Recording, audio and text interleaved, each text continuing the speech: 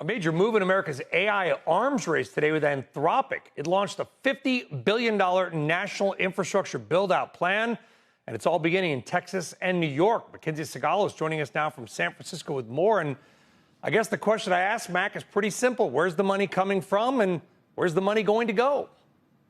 And that's a question that I've been asking Anthropic all morning, and we don't know yet. So $50 billion. This is pretty notable because it's the first time that we're seeing Anthropic get into the business of building its own data centers, which is very much taking a page out of OpenAI's playbook. Up until now, they've relied almost entirely on Amazon and Google for compute, but this marks a shift toward actually owning the infrastructure behind their models.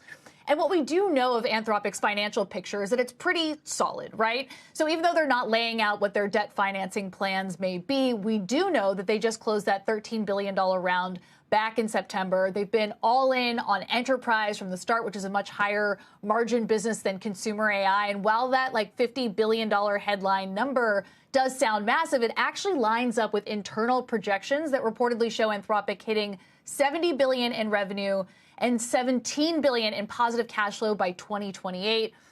So that's what we're trying to square right now, Brian. Is basically where it's going to go. I mean, you can issue debt, you can have venture capital, private equity put in money. I guess they probably have internal stock they could sell to raise some money. But it sounds like the debt way of raising money is probably the most likely. Do we know? Right. Well, that's the entire story right now on the AI beat. You've got Michael Hartnett, for example, of Bank of America, actually shorting hyperscaler bonds, calling it a top trade idea for 2026 because credit spreads have widened. Cash flow just isn't keeping up with the cost of the AI build out.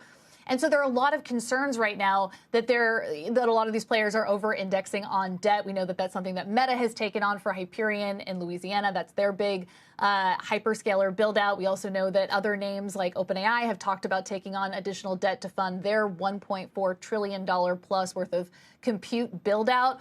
And then you've got, some of the smaller guys, CoreWeave, for example. There are concerns there about potential cracks in their balance sheet and compressed margins. You've got investors like Jim Chanos flagging that as a concern.